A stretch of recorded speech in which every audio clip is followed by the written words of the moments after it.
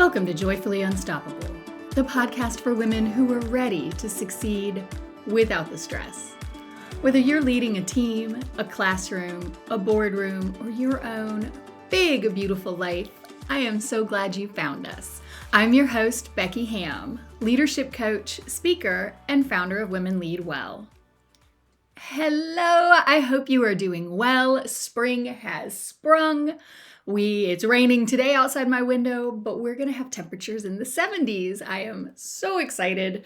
My grandpa was a farmer. He was a long haul trucker. When he retired, he became a farmer. And he and my grandma lived on 10 acres outside of Trinity, Texas, where he grew everything, all of the things. And it was our favorite thing to do as kids, to go spend a week on the farm over spring break or in the summer and just help grandpa in the garden and pick dewberries, which are like blackberries, that were growing wild along the fence line, and strawberries and snap peas, and help grandma shell the peas and just do all of the things.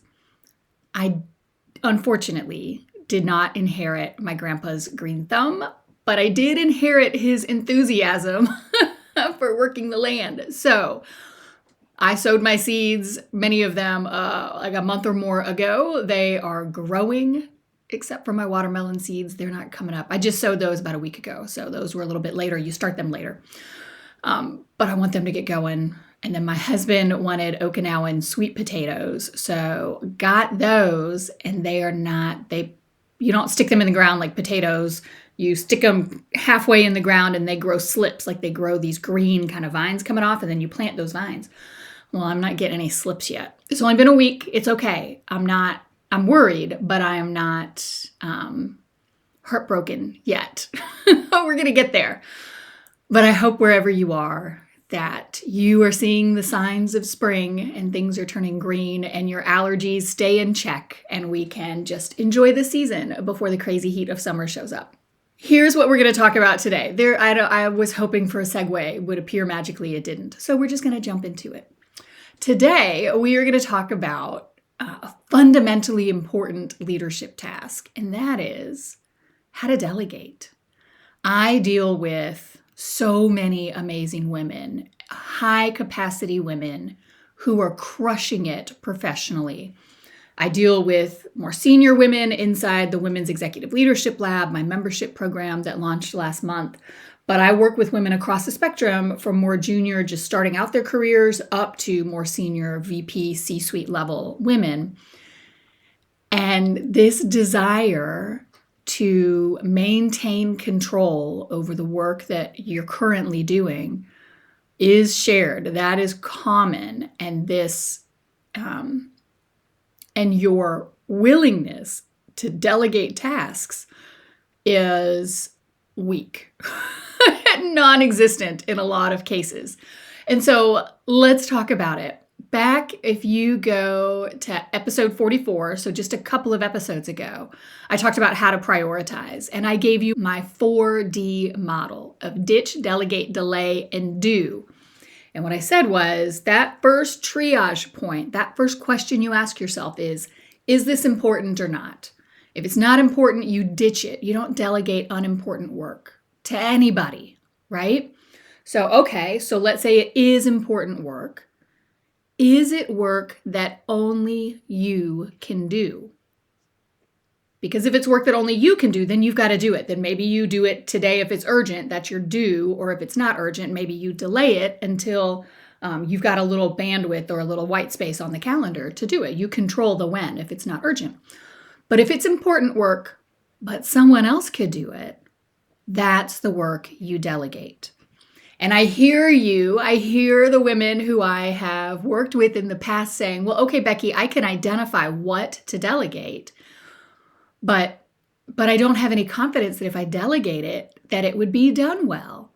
It's not done to my standard. It's not done on my timeline. Maybe I'm a control freak and I just want to do it all myself, but I don't have any faith or confidence that if I delegate it, it's going to get done right. And so let's dig into that. So step one, what do you delegate? That work that is important, but that not only you can do. There is someone else who can today step into that role, or with a little bit of training can step into that role and complete that task.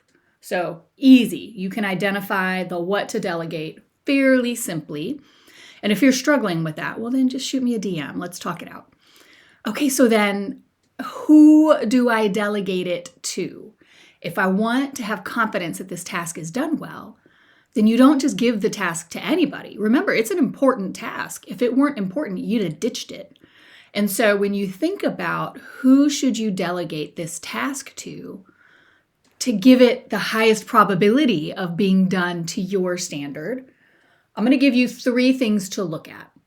First is zone of genius. You guys know Gay Hendricks. I think I've talked about him before. I've talked about zone of genius on this podcast before, I feel like.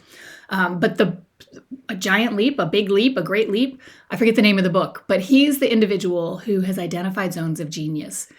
We have zones of competence, which are things that we can do, but they kind of drain us. We have zones of incompetence, which are the things we just aren't good at doing. And all of us have zones of incompetence. That's not a character flaw. That's just our brains work in different ways. Our energies flow in different ways. There are things we're good at and things we ain't good at. So you have zones of incompetence. And then we all have zones of genius. And those are the things that we do really well that light us up. They're our energy engines. They give us energy. They excite us, where you lose track of time. You get in the zone and it all melts away and you're just laser focused on this thing that you're doing. All of us have zones of genius. And so when you're thinking about delegating, who do I give this task to? Question number 1, does this task align with someone's zone of genius? If it's an admin task, do you have an admin queen on your team? Someone like, I am not the admin queen. I can do it. It's my zone of competence, but I don't enjoy it and it drains my energy.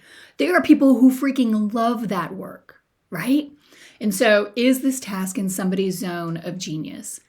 And you can ask your team. You can say, hey, I'm going to delegate this task. Anyone excited for it? And let them give you input. They might self-identify it's in their zone of genius. That doesn't mean you give them the task. We have a couple other questions to think through. But step 1 is you want to start with that alignment where you can find it. The next question you want to ask yourself is, does this task align with any of my team members' professional growth? All of the people on your team are somewhere in their developmental journey. More junior, more senior, more specialized, more generalist. Everyone's in a certain space. Could this task help a member of your team grow? And now, eyes wide open, you recognize if this is a growth opportunity for them, then you be super clear. I'm wagging my finger for those of you watching on YouTube, or for those of you who aren't seeing me on YouTube. Be super clear that if they're growing into it, they're not going to be great at it to start with, right? So we're going to talk here in a second on how to delegate, and I'm going to talk about setting clear expectations. You got to set the expectation for yourself. That if this is a professional development opportunity for someone, as opposed to them walking in having done this kind of a task before and able to pick it up and hit the ground running, but if this is a growth opportunity, then you need to think to yourself, how long reasonably will it take for this person to become competent to perform this task, and how long will it reasonably take for them to excel at completing this task, whatever the thing is that you're delegating. But it is brilliant for you to delegate tasks as an opportunity to grow your team professionally. You are signaling to them that you're invested in their growth, that how they grow is something that you think about and that you strategize toward, and you're setting them up to grow, to be stronger 1, 2, 3, 4 months from now than they are today.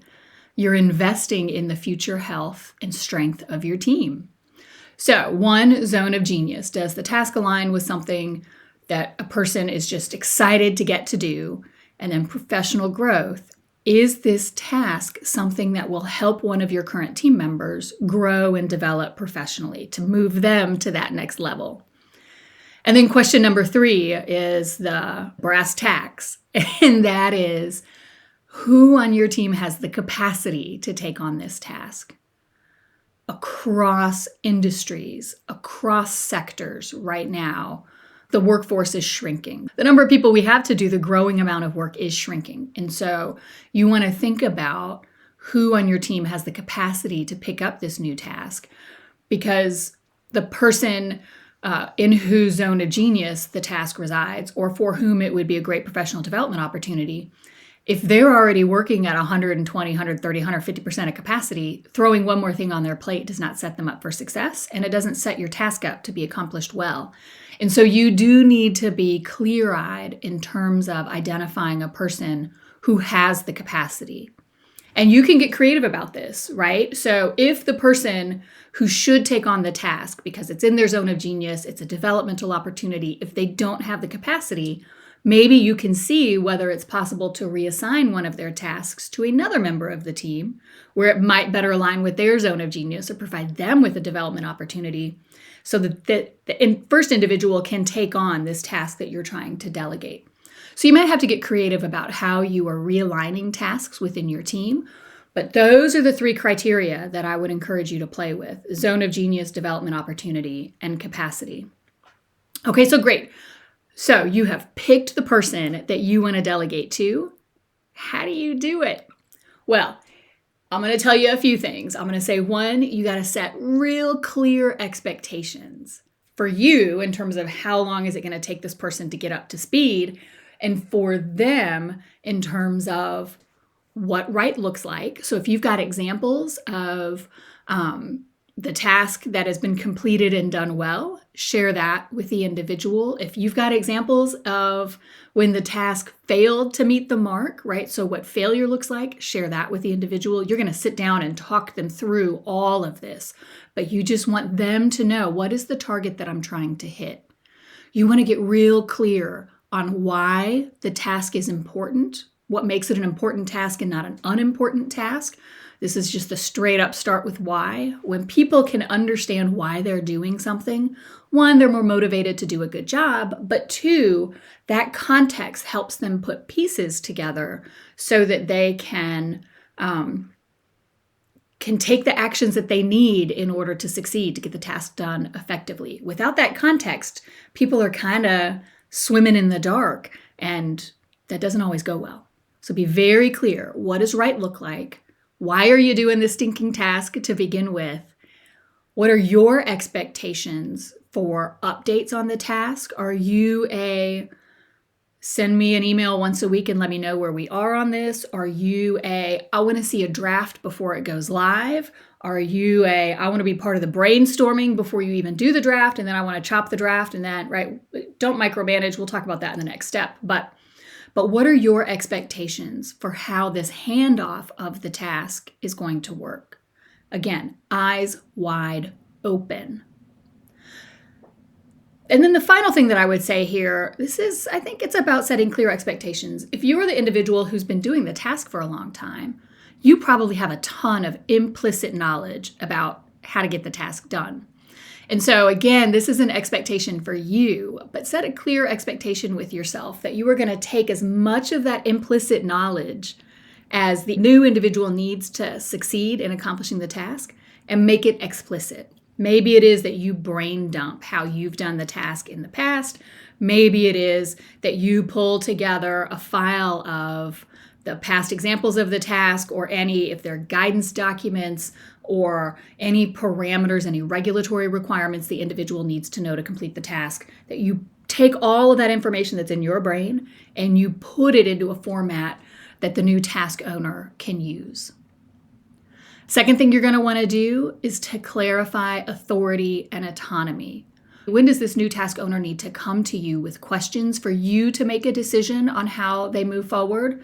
And when do they have the authority to move forward on their own?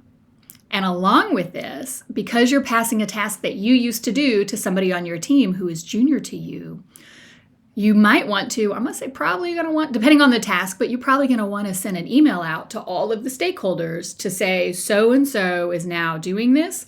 If they reach out to you for inputs or for feedback or for whatever, they are acting as me in the accomplishment of this task, right? You will treat them as you treat me. Maybe don't say it like that, but you know what you want to communicate that this individual has the same authority when it comes to this task that you held at your position.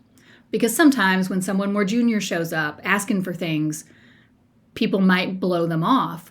If you clearly communicate that you expect them to do their job and to answer the questions in a timely and professional manner, you're setting your team member up for success. That new task owner is going to have an easier time collaborating across the organization to accomplish the task. Next thing, when it comes to how to delegate, is you want to establish check-in points. And this can either be on the calendar, and so you have a regular check-in with that team member once a week, once every other week, and so you'll get updates on the task at that point. Or if the task is more milestone driven, then maybe you want to establish checkpoints ahead of each milestone. So if it's a report that you've delegated drafting, then maybe there's a milestone at the brainstorming phase, a milestone at the outlining phase, a first draft phase, or completion of a particular section, a draft of a particular section. Maybe you want to lay in checkpoints for each of those. So think of this just as typical program management, right? When would it make sense to talk to the individual about the task and provide feedback on the task, but establish those touch points day one? Again, it's all about clarity of expectation and setting the person up for success so that they feel like, so that they actually have the support that they need to succeed. And then this ties into my last point, which is over communicate. Again, you've got a ton of implicit knowledge, and so it might seem obvious to you as you are sharing this information, but it doesn't always feel obvious to the people who are receiving the information. And so over communicate with the new task owner, check in more often in the beginning with the new task owner, but then also over communicate with the stakeholders. Remind people a couple of times who the new task owner is and that they are the one working on the task, and that any question should go to them and not you. You don't want it to come up that you're unintentionally undermining this individual's authority on the task because people just remember to come to you, so they come to you and you're helpful, and so you want to just knock it out. And so you just answer the question, or you provide the feedback, or you're continuing to manage it while they're responsible for it. That's not a good scenario for anyone. So over communicate the transition, that the delegation has occurred and who they need to reach out to for the task going forward. Last thing that we're going to talk about real quick before we wrap it up. And this is a quick overview. I go into much greater detail inside the Women's Executive Leadership Lab. And so if you want a deeper dive into how to delegate and do it effectively, surrounded by a community of other women who are doing the same thing, check out Well. I think you'll be interested in it. But let's talk about, okay, you've handed the task off. How do you supervise the task once it's delegated? Is it that you hand it off, wipe your hands, and you're done? No, especially not if you have handed this task off to someone who is developing into the task. If this is professional development for them and they're growing into the task, no, guardrails, training wheels, you are going to be involved for a little bit of time. And let me pause here and say this. I can hear the objection of, well, if I need to continue to supervise the task, particularly if I have to be involved because the person is learning the task, then it's quicker for me just to do the task. And I want to say, yeah, today it is quicker for you to do the task. 6 weeks from now, 3 months from now, that other person, that new task owner, is going to have the task in hand. They are going to be up to speed. And you are going to get all of that time back compounded over, because you're never going to have to do that task again. So it's the same principle of compound interest. You invest a little bit of time now to get them up to speed, and then you just reap the benefit of the time back on your calendar in perpetuity.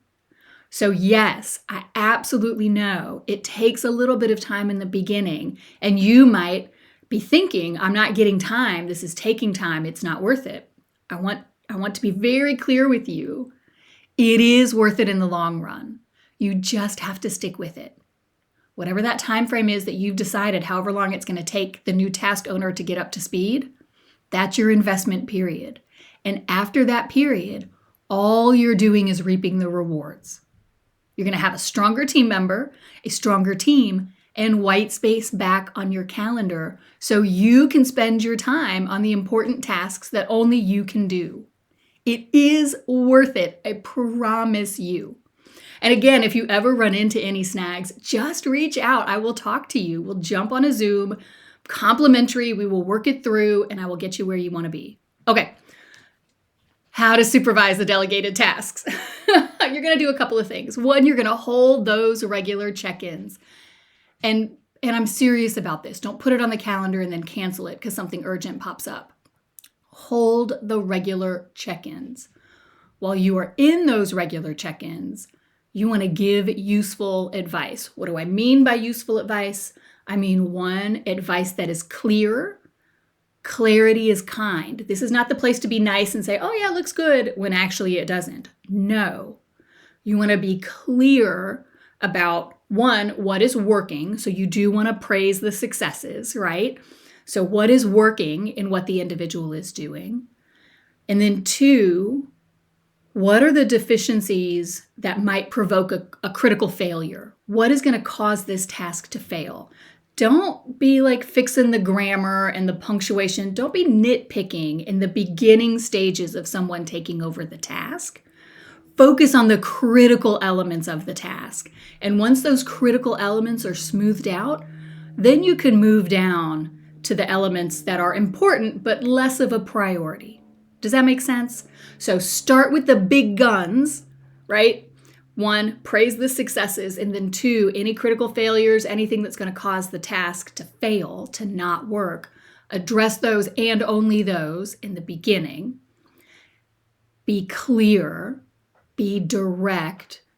Don't be rude. You can be professional and direct at the same time. You are saying, this is the standard I gave you. This is what right looks like. Here's where you are. How do you, new task owner, how do you evaluate these two relative to each other? Are they comparable? Is your task above or below, right? Get them to be thinking about, what does it take to get to right? Where am I relative to that? And then you provide the clear guidance of, this is what I see needs to happen for us to hit the mark. You provide any context that you need to provide. Maybe if it's a report, they left out higher level guidance or regulatory restraints or a data source or whatever it is. It'll be unique for each task.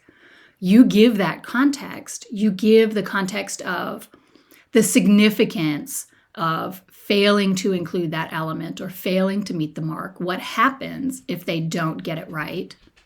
But through all of this, make it as collaborative as possible. You want the team members' input. One, because the more they think through their performance on the project in light of the standards that you're setting, the better they're going to meet the standards. And then two, all of us receive feedback better when we feel like it's a conversation as opposed to like a finger pointy, this is what you're messing up. So just to motivate them to do a better job, having a collaborative exchange is going to be more productive. So those are your 3 C's to give useful feedback: clarity, context, and collaboration. And now look, I recognize that things don't always go smoothly when you delegate a task. And I hope that walking you through these questions of who do you delegate to, how do you hand the task off, and then how do you supervise the task over time, sets you up to have a smoother transition. Inside of the Women's Executive Leadership Lab, I also teach women, what do you do when it's not working? And so if you are committed to delegating and being effective at delegation so that you can focus exclusively on the work that only you can do, then I would really encourage you to take a look at Well and see if that membership might be a good fit for you. Just look at womenleadwell.net/well, WELL. Okay. Next week, I hope you will join me as we take a look at how chronic busyness impacts our focus and our follow-through. I think a lot of us would self-identify as being chronically busy, and so I hope that this episode will be useful for you. Now, if today's episode spoke to you, I would love for you to share it with a friend who has too much on her plate. We need more women leading from alignment, not adrenaline. And please don't forget to like and subscribe. And if you could leave a review, I would really, really appreciate it.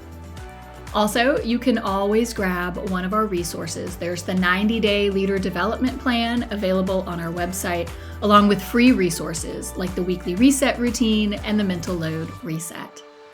Remember, Joyful, sustainable, and authentic leadership is possible, and you deserve to enjoy every minute of it. Until next time, I'm Becky Hamm, and this is Joyfully Unstoppable.